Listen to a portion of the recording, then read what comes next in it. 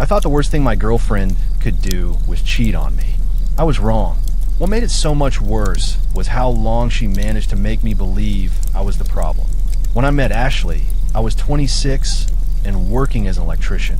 My life wasn't exciting, but it was stable.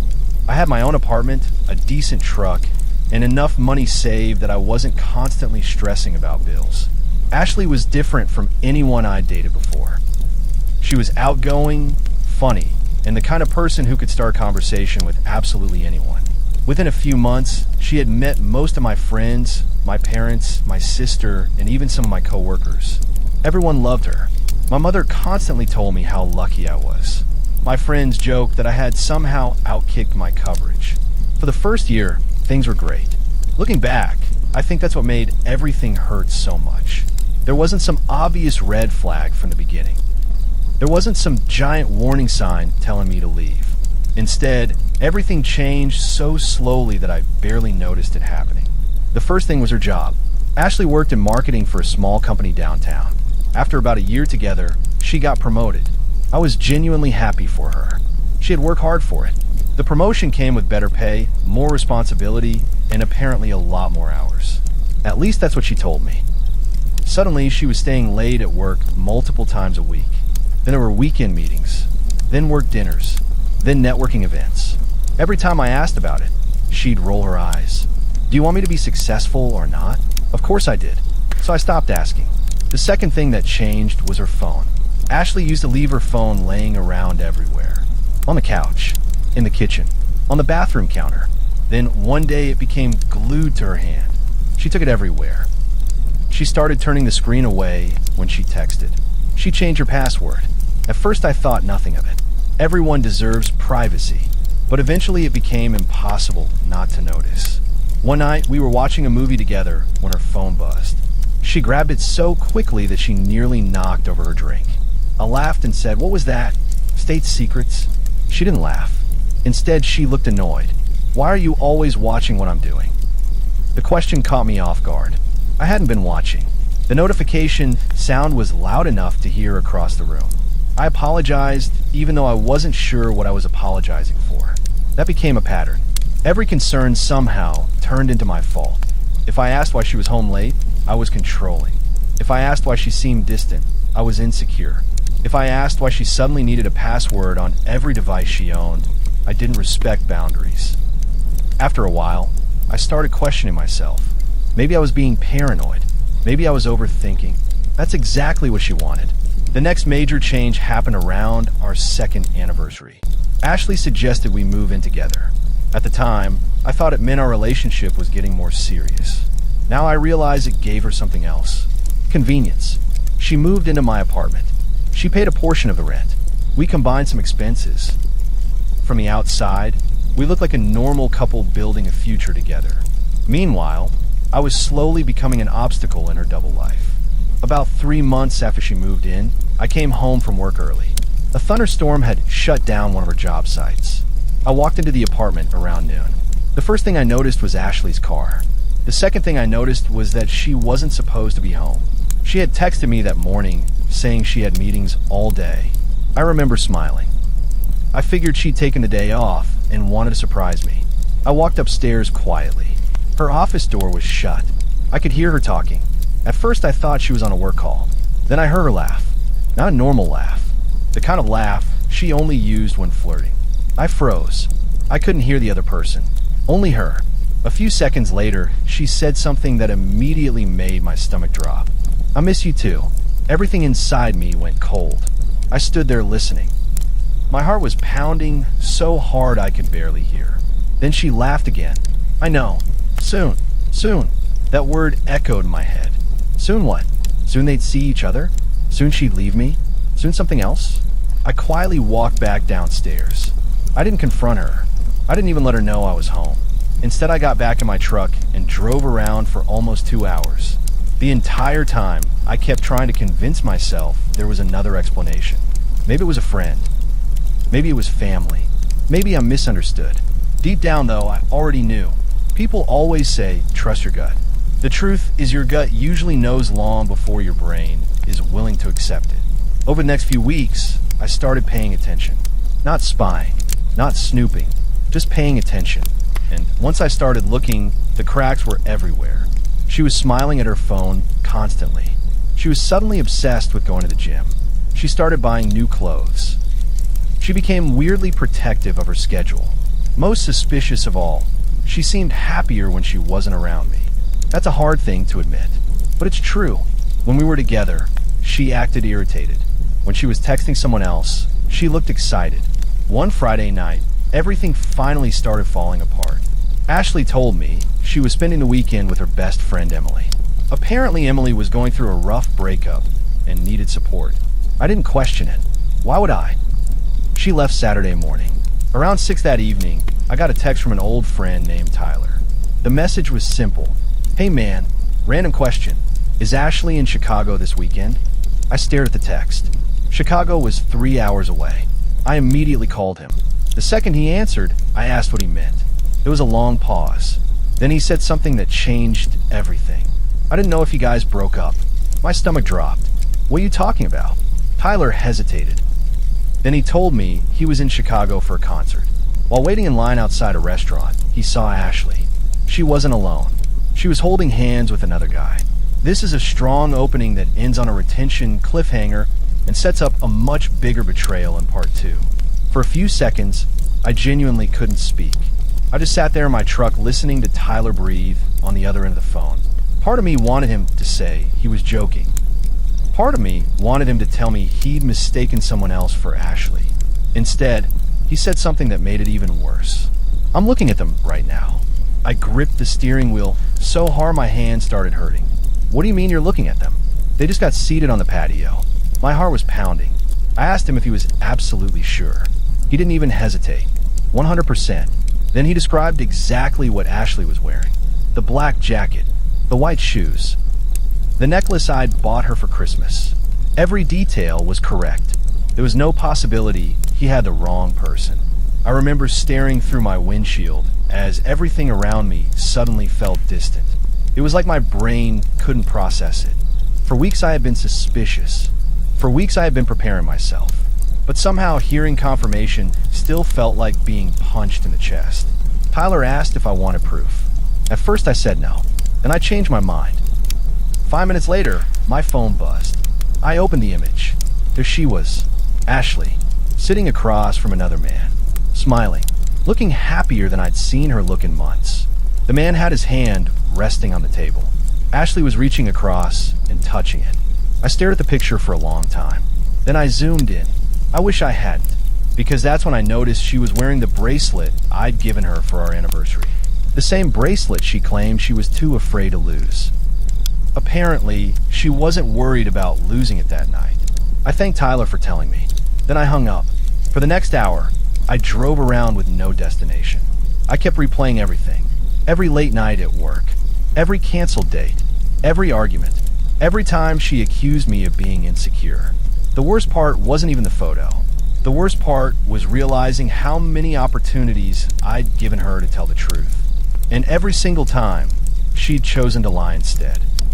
The entire weekend felt like torture. Ashley kept texting me. Pictures of drinks.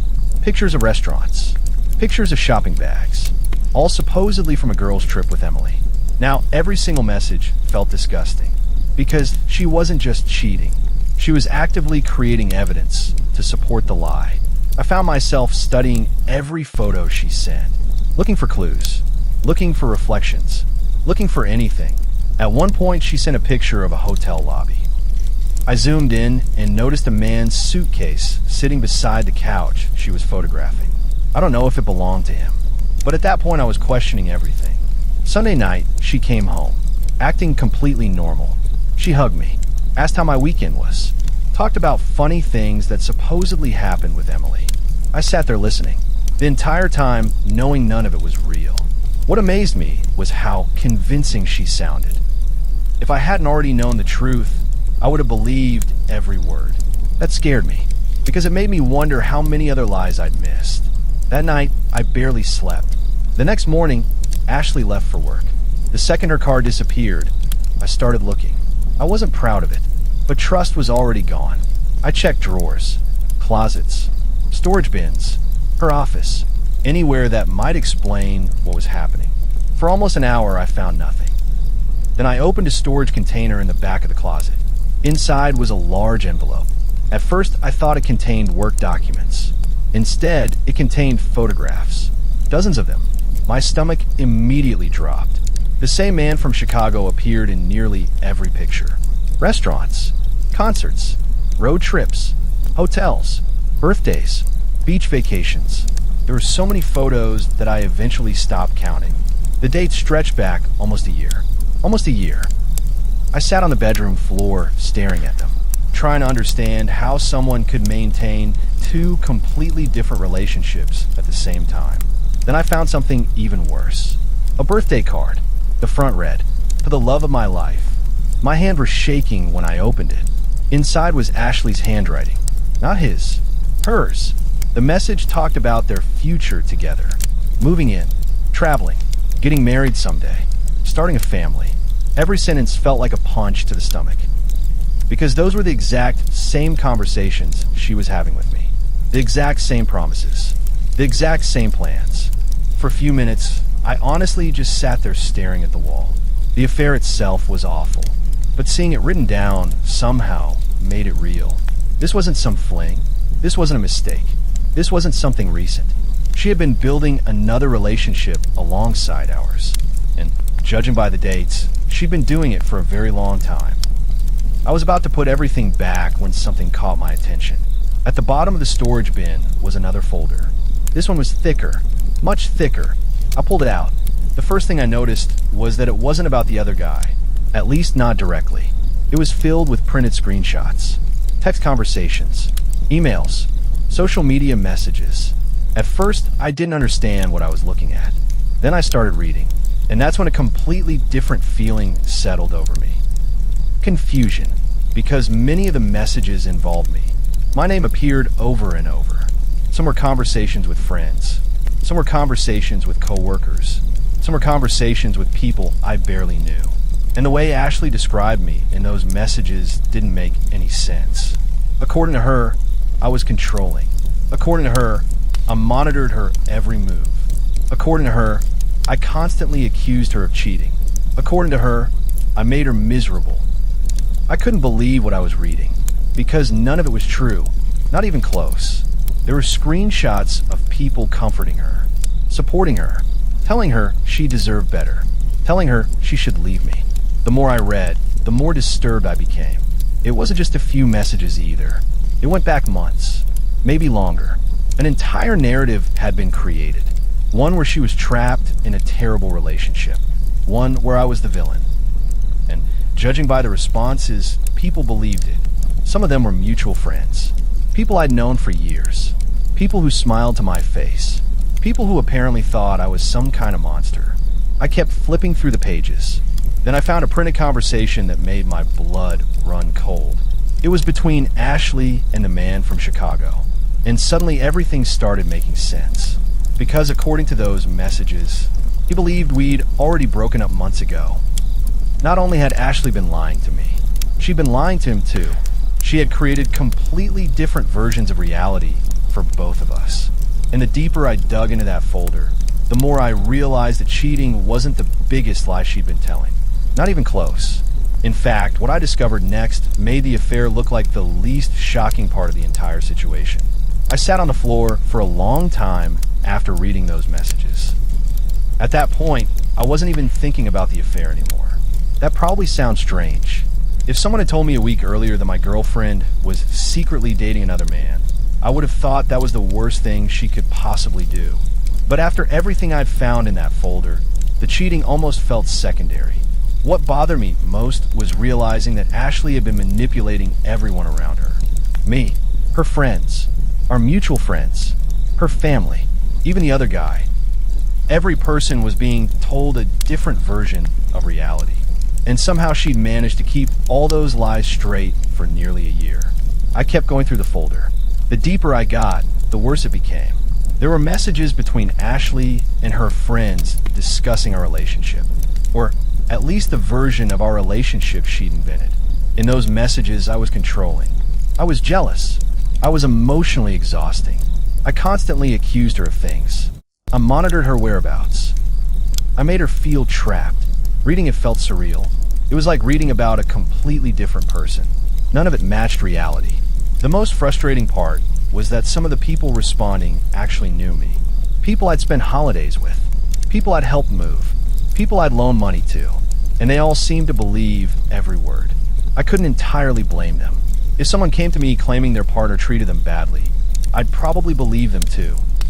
The difference was that Ashley wasn't venting. She was building a story. A carefully constructed story. One that made her look like a victim and made me look like the bad guy. Then I found the financial records. At first, I almost skipped over them. There were bank statements mixed into the folder. I assumed they were unrelated. Then I noticed my account number. My stomach immediately tightened. Ashley and I had a shared savings account. It wasn't huge. We'd started it after moving in together. The idea was simple. We'd both contribute money toward future plans. Vacations, a house someday, emergency expenses. Nothing complicated. I opened the statements. The first few pages looked normal. Then I noticed several withdrawals. Not large enough to immediately trigger alarm bells. A few $100s here, a few hundred there, spread out over months. Individually, they looked harmless. Together, they added up to over $7,000. $7,000. I immediately logged into the account online. The numbers matched. The money was gone. I felt physically sick, because now I wasn't just looking at cheating. I wasn't just looking at lies. I was looking at theft. The withdrawals started around the same time the affair began. Almost like she had been financing her second life using money we were supposed to be saving together. Hotel reservations, weekend trips, concert tickets, restaurants. Every possibility ran through my mind. I checked the dates. One of the withdrawals matched the exact weekend she supposedly spent helping her cousin move. Another matched a work conference. Another matched a weekend she claimed to be visiting family. The entire timeline was built on lies. I leaned back against the wall and laughed. Not because anything was funny, because I genuinely didn't know what else to do. The woman I'd spent 3 years with suddenly felt like a stranger. And somehow I still wasn't done discovering things. Near the bottom of the folder was a printed lease agreement. At first, I didn't understand what I was looking at. Then I saw her name. Ashley had signed a lease. An apartment lease. 3 weeks earlier. I checked the address. It wasn't in our city. It was in Chicago. My heart immediately started racing. Then I saw the second name on the lease. The same man from the photographs. The same man she'd spent the weekend with. The same man who apparently believed I no longer existed. She was planning to move in with him. Not someday. Not eventually. Soon. The move-in date was less than 6 weeks away. That's when everything finally clicked into place. The late nights. The secretive behavior. The constant accusations. The growing distance. She wasn't trying to fix our relationship. She wasn't confused. She wasn't deciding between two people. She had already made her decision. Months ago. The only thing left was figuring out how to leave without looking like the villain. That's why she'd spent so much time creating that false narrative. If she walked away, everyone would already believe it was my fault. She wouldn't be the woman who cheated. She'd be the brave woman who escaped a controlling boyfriend. It was honestly one of the most calculated things I'd ever seen. I spent the rest of the afternoon gathering evidence. Every photo, every message, every statement, every document. I took pictures of everything, made digital copies, saved backups. Because at that point, I didn't trust anything. Around 6 that evening, I heard Ashley's car pull into the driveway. My heart started pounding. I wasn't nervous. I was angry. Angrier than I'd ever been in my life. The front door opened. She walked inside carrying a coffee. Then she froze. The dining room table was covered with everything I'd found. The photographs, the messages, the bank statements, the lease agreement. For a few seconds, neither of us said anything. She just stared. I watched the color drain from her face. "What is this?" she finally asked. It was such a ridiculous question that I almost laughed. "What do you think it is?" She looked from one document to another. Her eyes stopped on the lease agreement. That's when I knew. That was the one she was most afraid of me finding. The affair was bad. The money was bad. But the lease proved intent. It proved planning. It proved she'd already committed to leaving. She opened her mouth, closed it, opened it again. Then the excuses started. The same excuses everyone uses when they've been caught. It's not what it looks like. You don't understand. I can explain. I remember shaking my head. No, I understand perfectly. For the next 20 minutes, she cycled through every possible defense.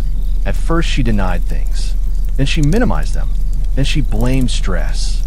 Then she blamed work. Then she blamed our relationship. Then she blamed me.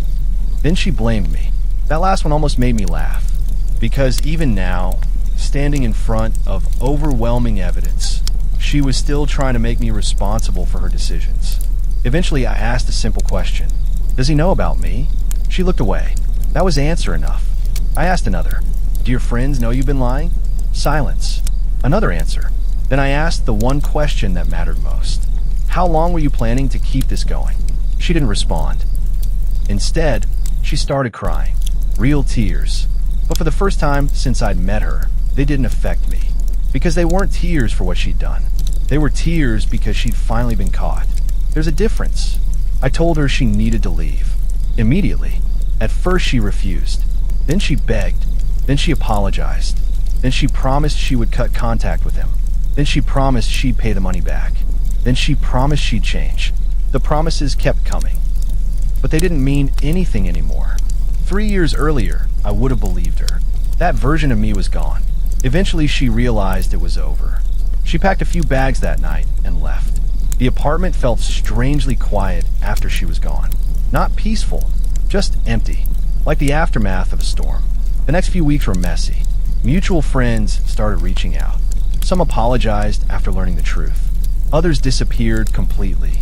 A few apparently knew more than they claimed. I stopped caring. The most interesting conversation happened about a month later. I received a message from the guy in Chicago. At first I ignored it. Then curiosity got the better of me. I opened it. The message was surprisingly short.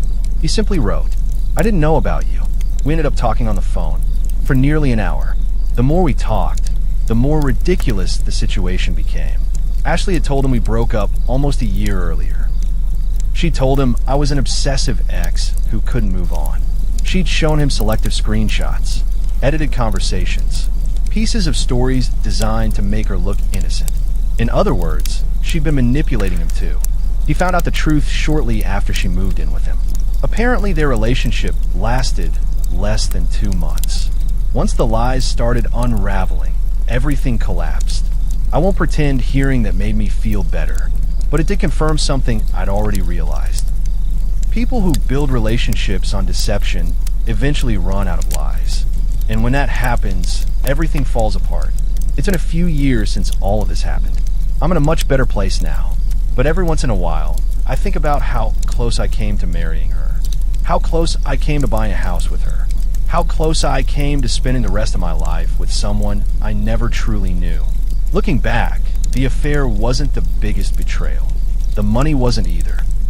The biggest betrayal was being made to doubt myself, being convinced my concerns were insecurity, being told my instincts were wrong, when in reality, my instincts had been right from the beginning. I just trusted the wrong person, and that's a mistake I'll never make again.